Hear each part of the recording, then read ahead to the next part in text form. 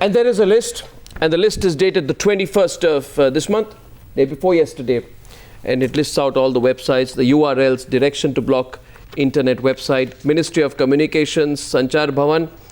It's a pretty long list actually, if you go through it. I don't know the exact number, but on this list itself I have 65 URLs with a direction to immediately block the access to the URLs and not the main websites, Facebook, Twitter, and YouTube. So it's very specific, somebody's following you. Some people may see this as Big Brother watching you, and the other way is that it's a way of keeping social order. Now thanks for staying back, Sanjay. I would also like to welcome Senior Advocate Aryaman Sundaram from Delhi, Sohail Seth joining us from Goa this evening, Subimal Bhattacharya, one of India's best-known cyberspace analysts, joining us from Delhi, Rahul Ishwar joining us, social activist and of the Sabarimala Trust from Thiruvananthapuram, Rajesh Kalra is Chief Editor of Times Internet. Chetan Bhagat, welcome. First question to you, Chetan. Take a position tonight. If there is freedom, there have to be restrictions on freedom. When individual freedom gets in the way of social order, what alternative does the government have? Chetan.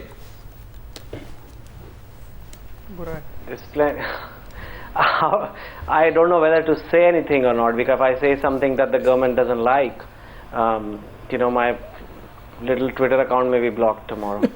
And how do you it's so ridiculous what they've done. Is that how do you even debate this? I mean, why? How can a government be so callous about individual freedoms? I mean, yes, there is this free text, there's some hate speech somewhere, but what seems to have happened here is hardly that. There are journalists, there are search terms, there are Twitter accounts blocked left, right and center without any, I don't know whether it's randomness or there is some order to it, if somebody's anti-government or something. I mean, clearly these kind of things don't work. These social networks cannot be monitored like this. There are always ways out. They actually spread more panic when you do things like that. And frankly, the government has messed up the economy. There is no sense of moral values. The biggest defense against corruption is I'm not the only one doing it. And today, even personal freedoms. I mean, really, is this a question of personal freedom? Left to see. Is this a question of personal freedom? Of course it is a question of personal freedom. You say it's a question of personal freedom. But of course it is. Okay. How can somebody arbitrarily decide? You can file a police case, you can do whatever. How can, I agree, it's just ridiculous that you pass a directive like this. I mean, it's like, is the democracy? Okay, we'll take the introductory comments. Rahul Ishwar, you agree this is personal freedom? In that case, my question to you is, who takes responsibility for inflammable content? As per the IT Act. Exactly. As per the IT Act. As per the IT Act, from my information is that the IT Act protects hosts from content put up by third parties on user-generated content. Yeah. So who takes responsibility for the content? Suppose someone anonymously puts out something extremely sensitive and inflammatory. Who's going to take responsibility? Arnabji, three things. One, we are increasingly becoming an online world. So this discussion is of paramount importance of drawing Lakshmana Rekhas and where to draw it. Second thing, no liberty is absolute. There should always be a responsibility. Liberty and responsibility should coexist. The third point, it is highly contemptible that the government blocked Twitter handles of Kanjan Gupta, eminent journalists like Kanjan Gupta, you are being selective in your Indian and other people like this. But there is another thing. But in a PMO account, some person impersonating as PM0 India, that is also not right. Creating a fake account, or Manmohan Singh might have remained silent when lakhs of crores are being looted. But that doesn't give anybody the right to fake a PMO account and tweet as if he is the PM and tweeting absolutely objectionable material. So there is it's an even-sided debate, balanced debate. We should explore both the sides without blindly. But then why are you? You're being a little selective in your anger, aren't you? You're being selective in your anger, Rahul. I believe I'm totally. Why? You're not. There are a lot of people who spew venom on Twitter. They say a lot of things. True. These things get around. That's the reason why I said. there are a lot of extremist groups active in Twitter. We should have the same standards, and I always say we are against anybody having a non-moderate view. Now the question comes, how do you define moderate? What is non-moderate? We have free speech, hate speech, and inflammatory speech. Yeah. We should distinguish all these, and there should be guidelines. There is free speech and there is hate speech. If I can add one more line, nobody should justify hate speech in the name of free speech, and nobody should curtail free speech in the name of curbing hate speech. So it's a very thin line, but the thin line exists. Highly subjective areas we are getting into. Aryaman Sundaram raised his hand. Sohail said after that coming to you, opening this up. Yes, Aryaman Sundaram, who takes responsibility is my question for inflammable material hosted by anonymous third parties on websites who are protected from that content by the IT Act? Three things, Arnab. Number one, I believe that Article 19(1)(a), which assures us fundamental right, is the fundamental right of freedom of speech, is essential to a democracy, and I, for one, am the greatest supporter of that right. Number two, that right comes coupled with certain restrictions under the Constitution, which specifically provides that incitement to violence, creating hatred, which against the sovereignty of the country, these can be curbed, but curbed by law. Number three, if there is a situation where a person's rights are being wrongly curbed, there is always recourse, and the courts are always very, very, very keen to protect the fundamental rights. So looked at from that angle, if the government feels the need to impose the restriction, the government is fully justified in doing so, and some incidents in the last week or two do not make us feel that it is completely unjustified. And I feel that the government, having taken the action it is, cannot straight away be chastised as something which is totally unwarranted. In a case-to-case basis, you may find that it is justified in one case and not justified in another. But I will not say that it is unjustified completely. There is one other aspect I want to bring out.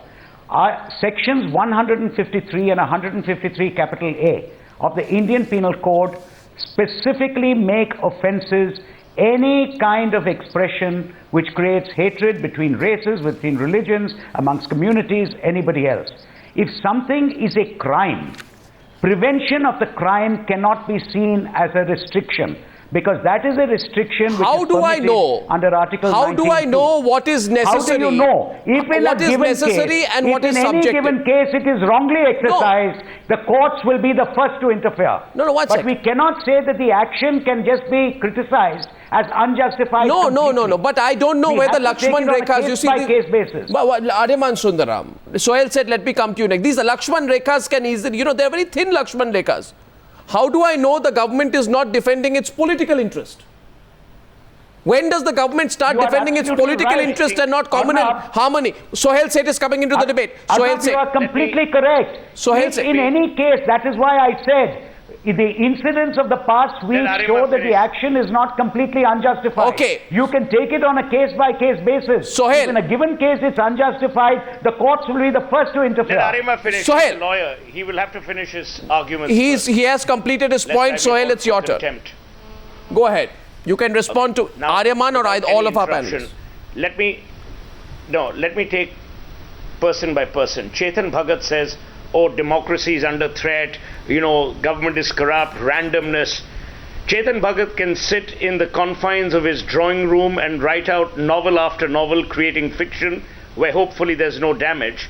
But in a situation where hatred is spewed through any form of media, and social media is just one of those forms, and it causes loss of lives, Chetan Bhagat won't be responsible, because the three idiots can still go for a walk without actually affecting the fabric of democracy in India.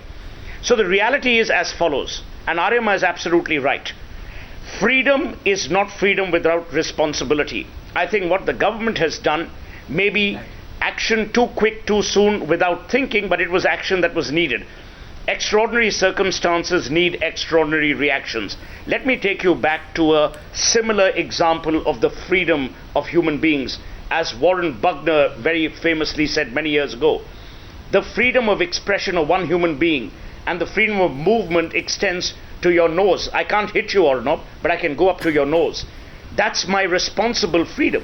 So I think what we need to debate today is the following. A, are we a country which is easily misled? By and large, yes. Remember, not some time ago, Some people saw Ganesh drinking. Entire country's milk supply went out of whack. Number two, we are a country that is easily swayed and some elements take advantage. So I'm not for a moment saying everyone on Twitter is easily swayable.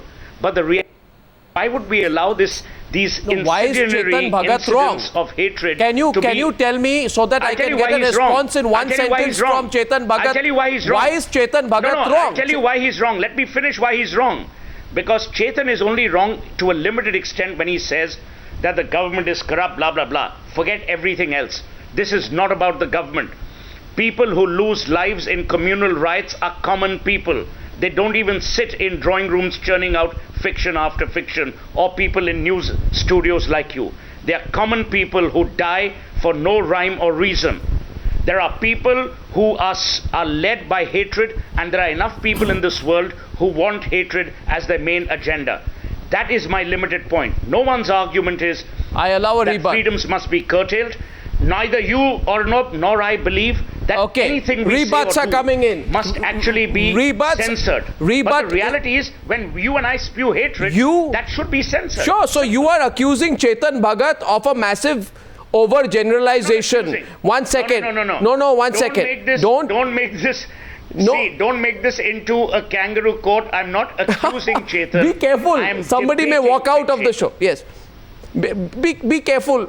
I'm not a politician, otherwise I would have taken what you just said very seriously. In any case, nowadays so many people accuse us of having a kangaroo court, it's all right. As long as Suresh Kalmadi also did, so it's perfectly okay. And Rajesh Kalra is rebutting you. It kangaroo court. Rajesh Kalra is rebutting you, and after that, of course, I'm coming to you, Subimal, who's the expert on the subject, and Sanjay Jha. Rajesh Kalra, your rebut to Sohail Seth.